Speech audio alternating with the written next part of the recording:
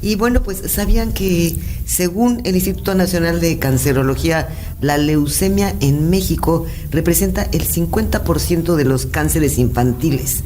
Y para platicar de esto, en el marco del Día Internacional de la Lucha contra el Cáncer Infantil, que se llevó a cabo el 15 de febrero, pues están con nosotros la doctora Alejandra Gamboa Chávez, oncóloga pediatra, y Lilian Alarcón Eito, directora de Salvati Quintana Roo. ¿Cómo están? Buenas tardes. Muy bien, gracias por la invitación, Pati, un gusto estar siempre aquí. Gracias, Lilian. Doctora, ¿qué tal? Hola, muy bien, muchas gracias por la invitación igual.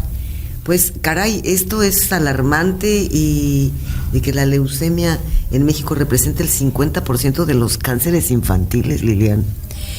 Pues sí, así es, y en cuanto a las estadísticas o la información que dio el hospitalito, que es el Hospital Infantil del Teletón de Oncología el año pasado, es de que diario mueren 6 niños por causa del cáncer infantil.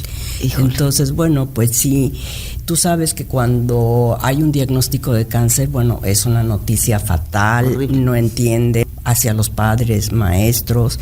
Sientes que vas por un agujero negro y no tiene. Pero si esta palabra la asocias con cáncer infantil, bueno, es un verdadero, una bomba, ¿no? Sí, claro. Entonces, bueno, la idea es en esta fecha, que es 15 de febrero, y el mes de septiembre, que es el mes en el que se trabaja el cáncer infantil, pues hacer hincapié en la información hacia los padres, maestros, porque pues con los maestros están los chicos bastantes horas al día, de cuáles son los síntomas o signos que te alertan de que el chico, el pequeño, posiblemente tenga algo maligno, ¿no? Entonces, claro, para que le empiecen a hacer los estudios, pero algo que nos comentan cuando hacemos los pediatras, cuando hacemos estas pláticas para el personal de salud de primera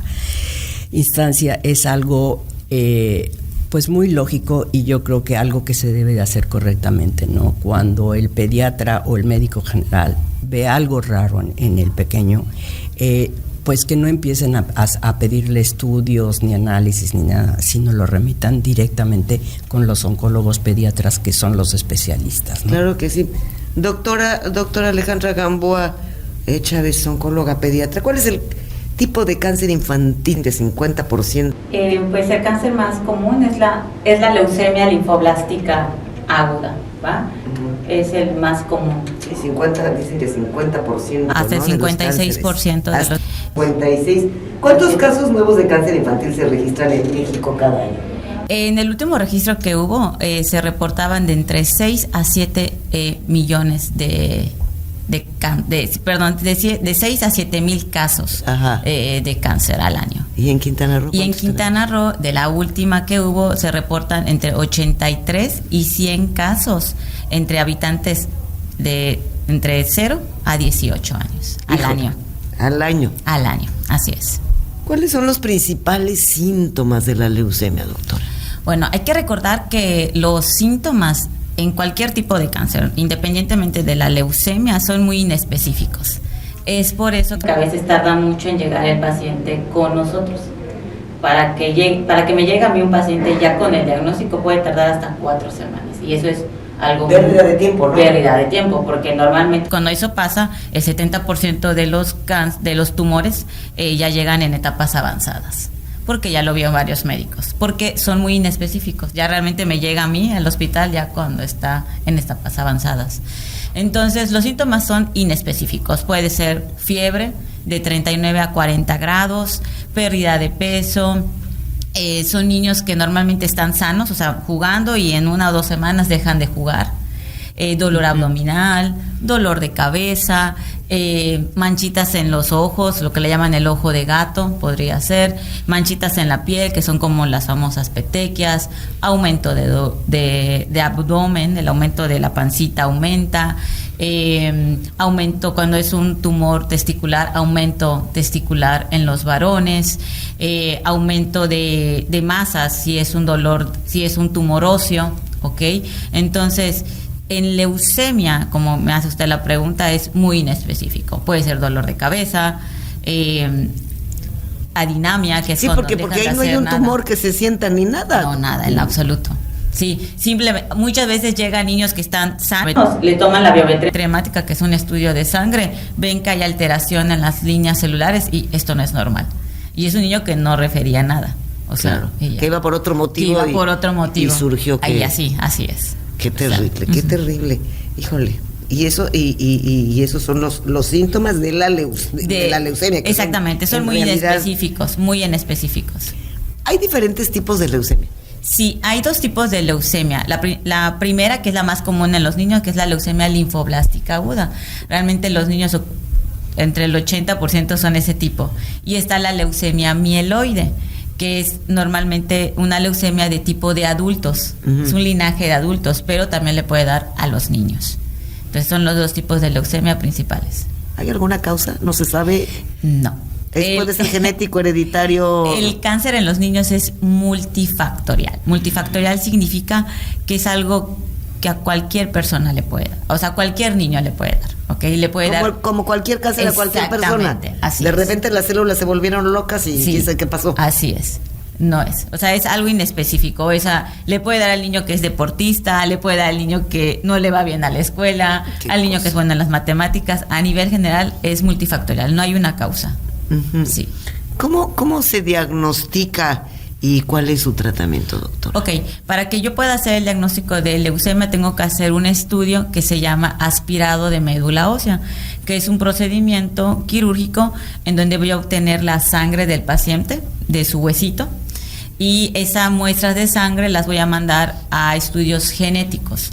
Actualmente, para que yo pueda hacer un diagnóstico de leucemia, tiene que haber estudios genéticos de por medio. Ya no es como antes, que solo veía la morfología. Uh-huh. ¿Ok? Entonces ahorita toda esa sangre que yo obtengo la mando al laboratorio, hacen estudios de genética y ellos me van a arrojar qué tipo de leucemia es. Dependiendo del tipo de leucemia que es y los factores de riesgo que tenga el paciente, voy a dar el tratamiento. El tratamiento para una leucemia es quimioterapia. Actualmente existe también la inmunoterapia, que es una inmunoterapia dirigida para cierto tipo de pacientes, y en caso de que estas dos primeras líneas no funcionaran, nos vamos al trasplante. A ver, vamos a manejar las tres. Claro. La quimioterapia, o sea, okay. También para los chiquitos es la quimioterapia, qué difícil. Sí, hay protocolos, por ejemplo, la leucemia le puede dar a niños desde 0 años hasta los 18. Uh-huh. Entonces, cuando un niño tiene leucemia menor de 1 año, existen protocolos internacionales para ellos, uh-huh, que van basados para el kilo, o sea, son protocolos especializados para ellos. Uh-huh. Uh-huh. Y ya.